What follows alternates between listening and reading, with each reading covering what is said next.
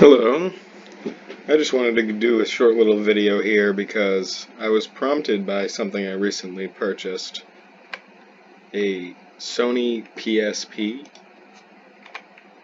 The Sony PSP was something I always wanted as a kid, and the PSP 1000 shown here is the one that I purchased. It really just it set my mind on a little run where I just started thinking about why don't we have more modern handhelds. I think the only one that everyone knows right now is the Nintendo Switch. And while that is a very good handheld, I feel Microsoft and Sony still should be putting out handhelds. The Vita was the most recent thing put out by Sony, as they were making the PSPs for years, but the Vita is now discontinued. They're not really making Vitas. So I'm just curious as to what the next thing to come is, and that had me looking back on these devices that were around when I was a kid, that I couldn't afford all of them, and my family was only able to get me one of them, and as a child I had a DS, and I was always kind of jealous of people who had PSPs because I saw that they were a little bit more capable than the DS, despite the fact that the DS sold millions and millions more units than the PSP. So as I was doing research on this, I found that the PSP and the DS essentially both launched at the exact same time. The PSP was first announced in 2003, and in 2003, the handheld that was popular at the time with all the kids, I skipped by it, was this right here, the Game Boy Advance SP. This was already on sale in 2003. So once Sony decided that they were going to put out a handheld that was more capable than the Game Boy, and it used a much different cartridge system, being it didn't use cartridges at all. It uses UMD discs in little cases to run. It is the only handheld that uses discs. Nintendo went out and brought the DS to market the year after. They announced and brought it to market in 2004, and I just have this here as a concept. This is what I had when I was a kid too. I had a Game Boy Advanced, and I like how the Advance shows what the PSP would kind of look like in the future, with buttons on each side of the screen instead of buttons below the screen, and how the DS would look with its double folding. I think it was ahead of its time. Anyway, back to the DS. So the DS was released in 2004, the same year that the PSP 1000 was released. So this is my PSP 1000, and a couple of things that just blew me away about it was, for starters, the fact that it is an entire PlayStation 2, this one being released at the time of the PlayStation 2, essentially shrunk down into the size of your hand. Since I had never held one of these when I was a kid, I only saw people playing them. I didn't really know the capability that these had until I was able to pick one up for myself, and they just surprised me with the amount of game you get just in the palm of your hand. And since I like the engineering that goes into things, I was just looking over the entire design of it, and I think that this is a flawless design. The UMD drive on this one is, well, not just the UMD drive, the entire unit is a tank. It has, this is the UMD drive where the UMD sits. With the UMD out, you can see just how robust this thing is. It is made with a lot of metal. It is an entire CD drive in a handheld console, and it just makes me happy. I don't know what to say about it. That just makes me happy to think that I'm holding a DVD player in the palm of my hand, and the entire spinning disc is smaller than the palm of my hand. I know the technology is old. You can tell even by the micro USB, and not even micro, just USB mini. And as a kid, I always thought this was an insane prospect, and Nintendo just went right over this. I mean, they're the only other handheld company that was putting out handhelds in a massive or relatable portion to the Sony PSP market. And they swapped right from cartridges to SD card-like cartridges, still cartridges, but more of a solid state. Well, the other ones are solid state too, but they just shrunk it down. While this uses a CD, which is used in all consoles. Microsoft GameCube used similar size CDs, smaller CDs, and it just amazes me. And so this is the inside of the UMD drive on this one, and it looks like as if you were looking in the internals of a PS2. This is exactly what I remember the inside of a PS2 looking like, just shrunk down. And this is the model that came after the PSP 1000. Mine is a little pitted on the screen. I don't know if someone thought it was touchscreen. Whoever owned it before me. And this was a little bit more round, as you can see, a little bit more round around the edges. It was a lot lighter. It was like 30 grams or something like that lighter, but it's a noticeable, you notice it in your hand. When you hold both of them, this one is a noticeable bit lighter, and it's because of all the metal they removed from it. And when I say they removed metal from it, I say they removed some metal from it. It doesn't have the bulges on the back of it anymore, which makes it a lot harder to hold, and just not a good fit for the hand. Personally, I picked this one up for its ability to hook up to a TV via the port on the bottom that lets it go to a component cable. The PSP 1000 was sadly not able to do this. So I purely picked this one up for the ability to play my games and swap my memory stick over and play them on the TV. And it gives me the opportunity to show it to you here today. And apologies for the time and date. I forgot to turn that off on my camera when I was taking these pictures today. The UMD drive on this one is a much cheaper design, and it made me so sad to see it. So the UMD drive on the PSP 1000, if I go back, has a mechanical switch release where you actually hit the switch and then it pops open and the CD pops out all in one go. The PSP 2000s is a thumb where you stick your thumbnail in here and you just yank it open, and it scares me every time I do it because I think I'm going to friggin' rip this right off of the PSP. And then you just kind of like throw the disc in there randomly, and then when you close it, it just closes on it. It's frightening design, and I don't like that they cheaped out so much. And that really is the story of the PSP. Sadly, is they started off with such a good handheld in the PSP 1000 and its robustness and the quality and the build quality, and then while the capability was maintained in the later models, the build quality just slowly deteriorated over time. So, and this is what I'm talking about.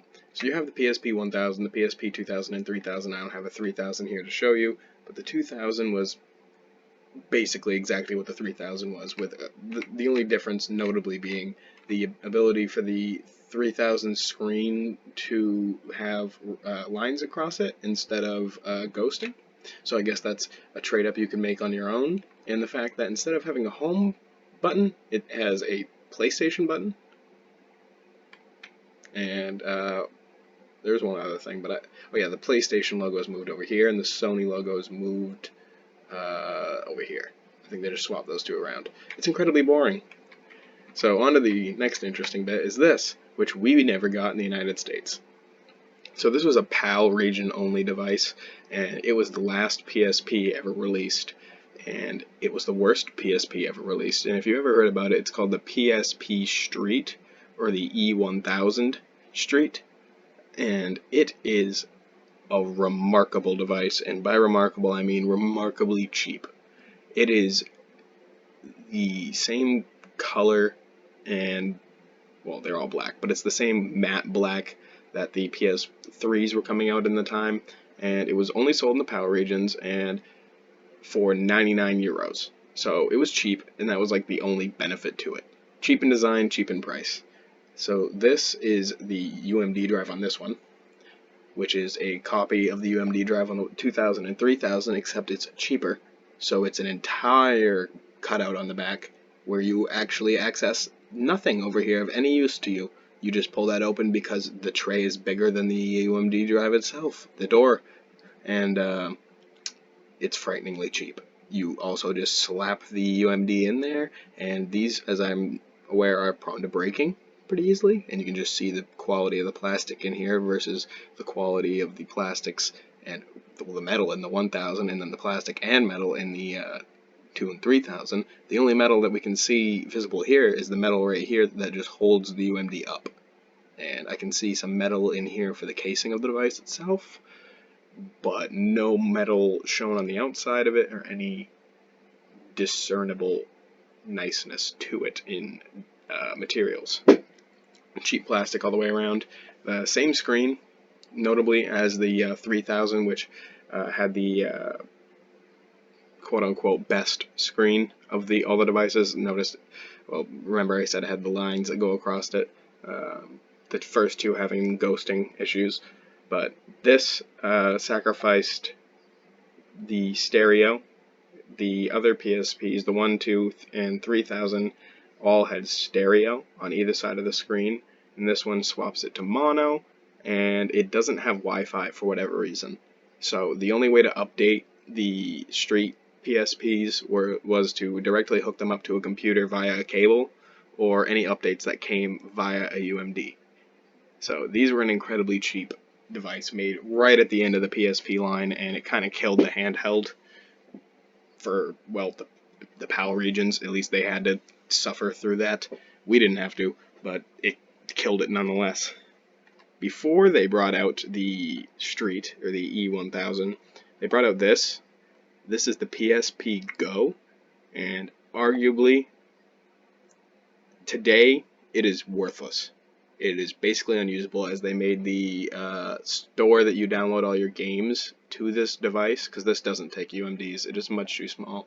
It only takes digital downloads of PSP games, and it does come with a 16 gigabyte internal storage instead of taking memory sticks like all other PSPs do, including Vitas. This has its own internal, and Vitas have their own internal, but they also take memory sticks.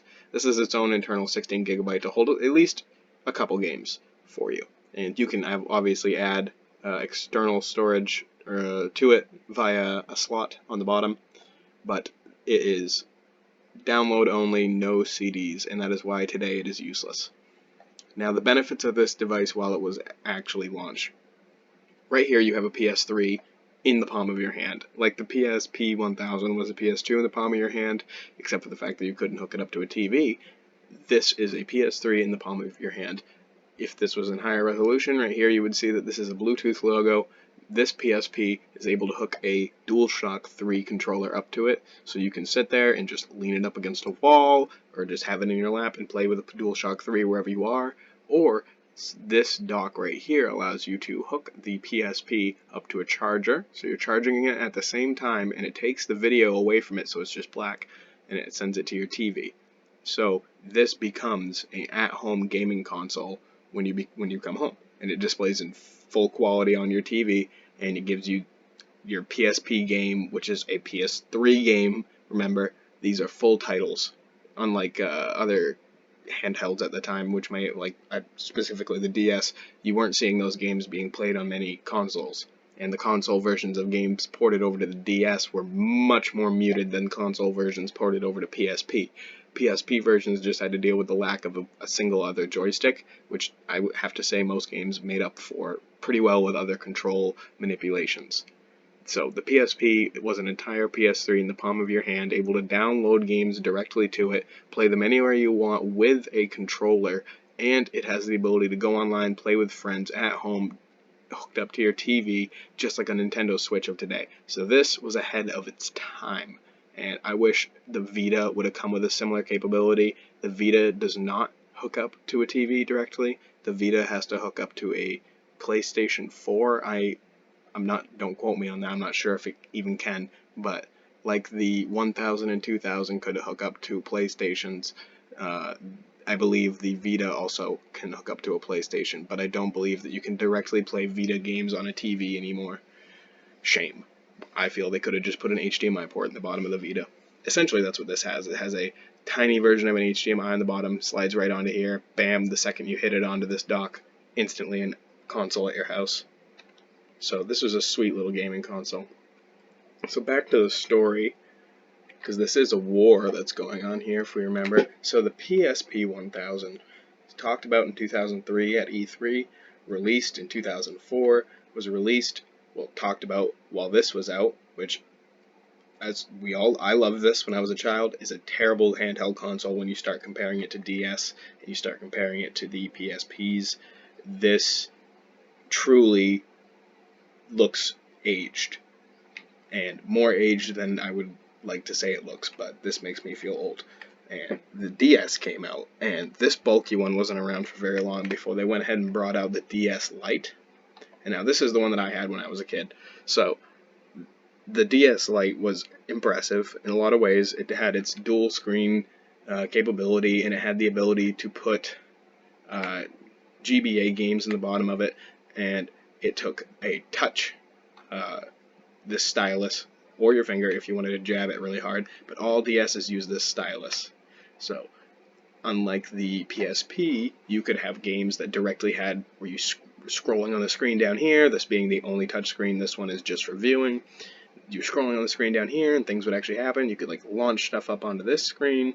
It was interesting. So there was capabilities you didn't have with the PSP, but what this lacked was the joystick, which should have gone right here.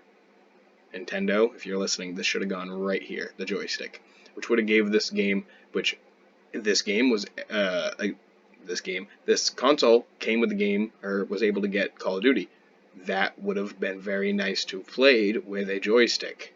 On the PSP, you can get games like Rainbow Six, which utilize the joystick for looking around, and in a shooter, that's what you want. Now, this being a Nintendo product, they don't really want a lot of first-person shooter, blood and gore stuff. They mostly, I wouldn't say strictly stay to kid-friendly, but they tend to lean that way.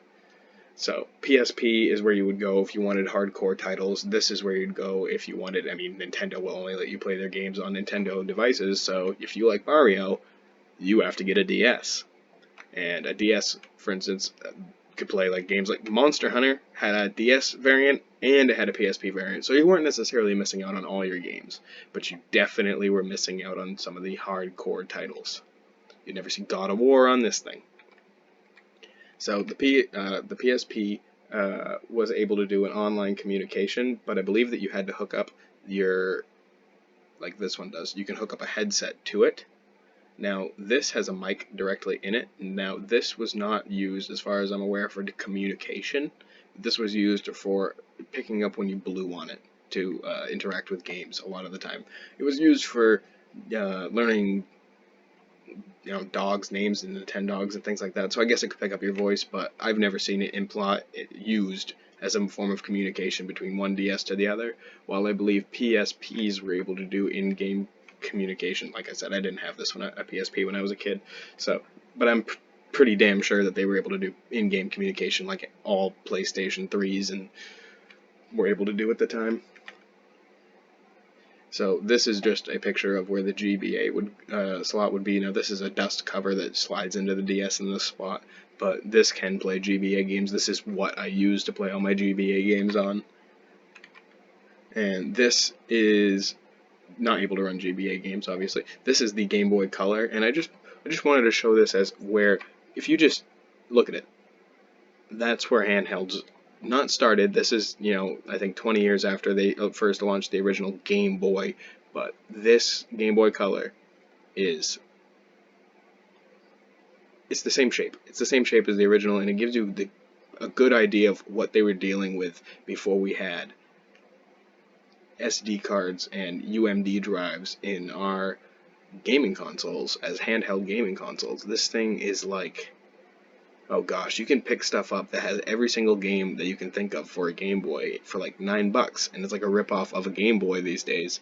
It's just, gosh, I love them so much as a child, but it is so terrible in comparison to the handhelds that I'm talking about today, the PSP and the DS. And when you get even close to like the Switch and the Vita, don't even talk about it.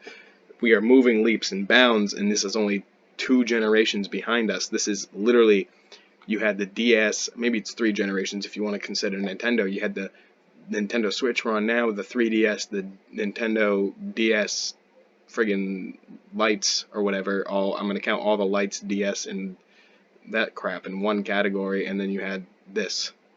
So it's not that far away. We played these when we were kids, and it is scary. So that was my little jibber jabber on PSPs and all that.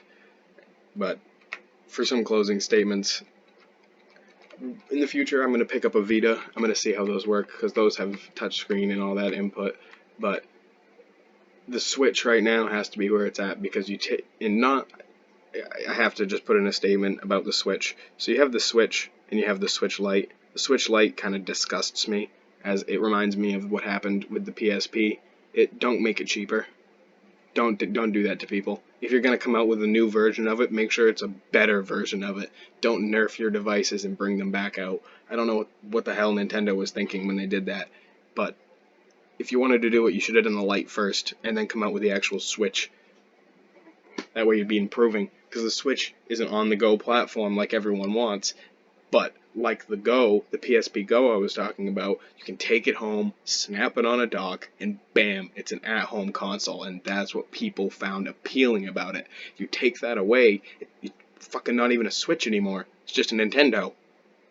So have fun with your Nintendos in the coming years. I hope they wisen up, but I'm looking forward to something being dropped by Microsoft in the future because I'm sure that they're looking at what's happening with the Nintendo Switch and they saw the failure of the Vita and they're seeing just a little place where they can step in and give that counter well, just another option for people. If you don't want to play Nintendo games and you don't want to play kiddie games, if you want to call them that, if you want to play a hardcore title and just stuff that you would find on Xbox or PlayStation versus what you would find on Nintendo's offerings, we need it. So please, Microsoft, come out with something. Or PlayStation, come out with a PSP 2020 edition. Because we need it. I miss this stuff dearly, and I want to have one that's actually going to work and has a store that's active and games I can play online. Alright.